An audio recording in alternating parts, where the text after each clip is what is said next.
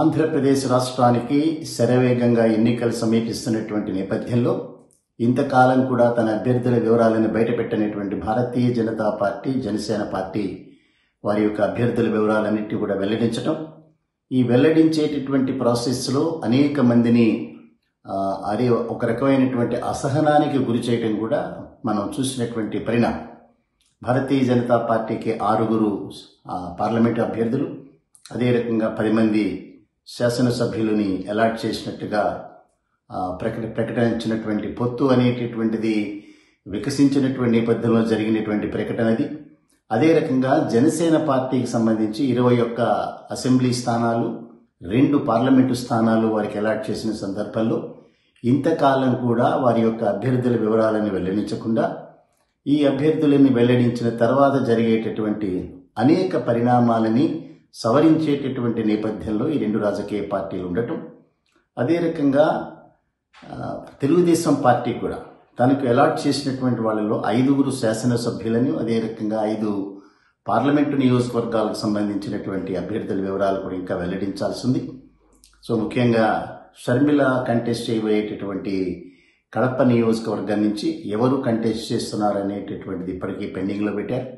అదే రకంగా ఎన్నికలలో ఒక ప్రధానమైనటువంటి ప్రచార వస్తువుగా ఉండేటటువంటి ఢిల్లీ లిక్కర్ స్కామ్ ఏదైతే ఉందో ఆ స్కామ్లో భాగస్వామి అయినటువంటి మాగుంట శ్రీనివాసుల రెడ్డి వారి కుటుంబానికి సంబంధించిన వ్యక్తి తెలుగుదేశంలో జాయిన్ అయినటువంటి నేపథ్యంలో ఒంగోలు పార్లమెంటు సీటు బహుశా వారికి వచ్చేటటువంటి అవకాశం. సో రేపు పొద్దున్న నరేంద్ర మోడీ కానీ అదే రకంగా భారతీయ జనతా పార్టీకి సంబంధించినటువంటి వ్యక్తులు ఏ రకంగా ఒంగోలు పార్లమెంటు స్థానం ఢిల్లీ లిక్కర్ స్కామ్లో ఇన్వాల్వ్ అయ్యి అప్రూవర్గా మారినటువంటి ఆ కుటుంబానికి సంబంధించిన వ్యక్తులు కంటెస్ట్ చేసేటటువంటి నేపథ్యంలో ప్రచారం ఏ రకంగా ఉంటుందనేటటువంటిది చూడాల్సినటువంటి అంశం.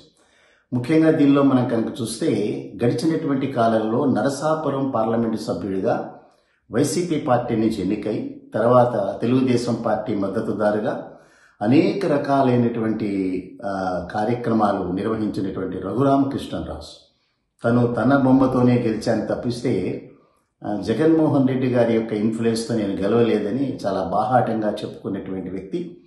అప్పటి నుంచి కూడా కోర్టుల న్యాయస్థానాలని అప్రోచ్ అవటం, అదే రకంగా జగన్మోహన్ రెడ్డి గారి మీద వ్యక్తిగతంగా పార్టీ పరంగా నిందలు వేయటం. సో తెలుగుదేశం పార్టీ దానికి సంబంధించినటువంటి మీడియాకి ఒక రకమైనటువంటి అద్భుతమైనటువంటి అవకాశంగా వారేదో వైసీపీ పార్టీకి సంబంధించిన వ్యక్తులుగా, వీరేదో నిజంగా జర్నలిజం చేసేటటువంటి వ్యక్తులుగా ఇద్దరూ చాలా 4 సంవత్సరాల పాటు రక్తి కట్టించినటువంటి ఆట నిన్నటితో తెరపడింది. భారతీయ జనతా పార్టీ నరసాపురం నుంచి నాకే సీటు వస్తుంది. అదే రకంగా జరిగినటువంటి ఒక సమావేశంలో తెలుగుదేశం పార్టీ అధ్యక్షుడు చంద్రబాబు నాయుడు, పవన్ కళ్యాణ్ ఇద్దరు పార్టిసిపేట్ చేస్తున్న ఆ సభలో రఘురామకృష్ణరాజు మాట్లాడుతూ వీరిద్దరి ముందే నేను డిక్లేర్ చేస్తున్నా, నరసాపురం నుంచి నేను వీరి యొక్క కూటమి అభ్యర్థిగా కంటెస్ట్ చేయబోతున్నా అని డిక్లేర్ చేసుకున్న తర్వాత ఆ ఇద్దరు నాయకులు నవ్వుకోవటం గమనించినటువంటి ఆంధ్రప్రదేశ్ రాష్ట్ర ప్రజలకు తెలుసు వీరికి ఏ రకంగా కూడా టికెట్ ఇచ్చే అవకాశం లేదు అని. నిన్న అది బహిర్గతమైంది. దీనివల్ల తెలిసినటువంటి ఒక మోరల్ ఏమిటంటే గెలిచినటువంటి పార్టీని అంటరాని పార్టీగా చూస్తూ వేరే పార్టీతో కలిసి రాజకీయాలు చేసేటటువంటి వ్యక్తికి చివరికి జరిగేటటువంటి అవమానమైన పరిణామమైన ఈ రకంగానే ఉంటుందని తెలియజేయటం అనేటటువంటిది తప్పనిసరిగా ఆంధ్రప్రదేశ్ రాష్ట్రంలో ఉన్న అనేక మందికి ఒక రకమైనటువంటి స్వాంతన కలగటం అనేటటువంటిది మనం చూసాం. దానికి తోడు ఆయన మాట్లాడుతూ భారతీయ జనతా పార్టీ జగన్మోహన్ రెడ్డి గారి యొక్క పలుకుబడిలో నాకు ఇవ్వలేకపోయింది, జగన్మోహన్ రెడ్డి గారే ప్రత్యక్షంగా దీని మీద వారు ఇన్ఫ్లుయెన్స్ చేసినారనేటటువంటి ఒక రకమైన ఆరోపణ. సో జగన్మోహన్ రెడ్డి గారు నేచురల్గా వారు ప్రత్యర్థి పార్టీకి సంబంధించిన వ్యక్తి కాబట్టి వీరిని ఓడించడానికి శతవిధాల ప్రయత్నం చేస్తారు, అందులో సెకండ్ థాట్ లేదు. కానీ వారేదో ఇన్ఫ్లుయెన్స్ చేస్తే ఆ ఇన్ఫ్లుయెన్స్కి నేషనల్ పార్టీ అనేటటువంటి జాతీయ పార్టీగా పరిగణించబడే భారతీయ జనతా పార్టీ దానికి లొంగింది అని ఆరోపణ చేయటమే ఒకంత ఆశ్చర్యానికి గురి చేసింది. ఏమైనప్పటికీ కూడా వారే కాదు, జీవీఎల్ నరసింహారావు గారు కానీ, విష్ణువర్ధన్ రెడ్డి గారు కానీ, సోము వీర్రాజు గారు కానీ వీరందరూ చాలా ఆశలు పెట్టుకున్నారు పార్లమెంటు సభ్యులుగా గెలవాలి అనేటటువంటిది. వారి ఆశల మీద ప్రత్యక్షంగా నీళ్లు జల్లినటువంటి సందర్భాలు. ఈవెన్ జీవీఎల్ నరసింహారావు గారు అయితే అనేక సంఘాలని ముందు పెట్టి తప్పనిసరిగా వీరికే ఇవ్వాలి అనేటటువంటిది వారు ఎంత పలుకుబడి ఉపయోగించినా కూడా భారతీయ జనతా పార్టీ డిక్లైన్ చేయటం అనేటటువంటిది గమనించాల్సినటువంటి పరిణామం. దానితో పాటుగా వలస పక్షులు ఎక్కడో కడప జిల్లా నుంచి అనకాపల్లిలో వాలినటువంటి సీఎం రమేష్, అదే రకంగా నియోజకవర్గం ఏమిటో తెలియనటువంటి పరిస్థితుల్లో పురంధరేశ్వరి గారి వారి యొక్క అధ్యక్షురాలు కూడా రాజమండ్రిలో ల్యాండ్ అవటం.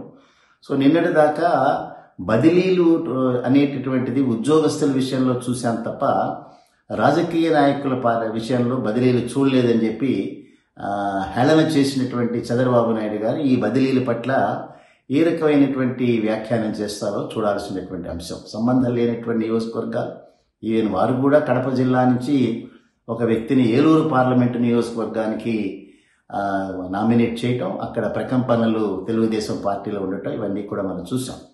ఇప్పటికి కూడా సీనియర్లు అనేటటువంటి వారికి టికెట్ లభించినటువంటి నేపథ్యం. దేవినేని ఉమా అయితే తీవ్రమైనటువంటి అవమానానికి గురైనటువంటి వ్యక్తిగా పరిగణించబడాలి. వారికి ఏ నియోజకవర్గం నుంచి సీట్ వచ్చినా కూడా వారి జీవితకాలం ప్రత్యర్థిగా భావించినటువంటి కృష్ణప్రసాద్కి మైలవరం సీట్ ఇచ్చి ఇంతవరకు కూడా దేవినేని ఉమ ఎక్కడి నుంచి కంటెస్ట్ చేయబోతున్నాడో కూడా తెలియనటువంటి పరిస్థితుల్లో ఒక సీనియర్ నాయకుడిగా ఉండటం అనేటటువంటిది చాలా తీవ్రమైనటువంటి అసహనంగానికి గురి చేసేటటువంటిది. మనకు అందిన సమాచారం ప్రకారం తెలుగుదేశం పార్టీలో చంద్రబాబు నాయుడు తర్వాత ఒక రకమైనటువంటి ఒక బలమైనటువంటి నాయకుడిగా ఎదుగుతున్నటువంటి దేవినేని ఉమ రేపు లోకేష్ అనేటటువంటి వ్యక్తికి ఎక్కడి నుంచి అడ్డొస్తాడో అనేటటువంటి భయంతోనే ఈ రకమైనటువంటి అవమానానికి గురి చేసినట్టుగా మన దగ్గరికి సమాచారం వచ్చింది.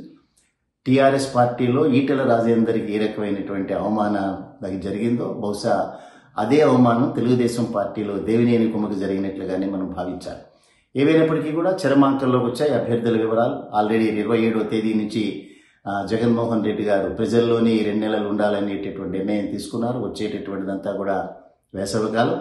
అదే రోజు నుంచి చంద్రబాబు నాయుడు కూడా తిరిగి కుప్పం నుంచే వారి యొక్క జర్నీని మళ్ళీ మొదలుపెట్టేటటువంటి అవకాశం ఉన్నటువంటి నేపథ్యంలో పవన్ కళ్యాణ్ అనేటటువంటి వ్యక్తి ఇప్పటికీ కూడా తన వారాహి వాహనం ఎక్కడుందో తెలియదు, అగమ్య గోచరంగా ఉండేటటువంటి పరిస్థితుల్లో ఏవైనప్పటికీ అభ్యర్థుల వివరాలు బయటకు వచ్చినాయి. సో రాబోయేటటువంటి రోజుల్లో జరిగేటటువంటి కార్యక్రమాలన్నీ కూడా తప్పనిసరిగా ప్రజలందరినీ కూడా ఆకర్షితులయ్యేటటువంటి విధంగానే ఉంటాయి. ఏవైనప్పటికీ కూడా ప్రజలకి మేలు చేసినటువంటి పార్టీని ప్రజలు రాబోయేటటువంటి 5 సంవత్సరాల కాలంలో మంచి జరిగేటటువంటి పార్టీని విజ్ఞులైనటువంటి ఆంధ్రప్రదేశ్ ప్రజలు తప్పనిసరిగా ఎన్నుకుంటారని మనం ఆశిద్దాం. చూద్దాం రాబోయేటటువంటి రోజుల్లో జరిగేటటువంటి పరిణామాలు రాష్ట్ర యొక్క ప్రగతికి ఏ రకంగా ఉపయోగపడిందో వేచి చూడాల్సినటువంటి అంశం.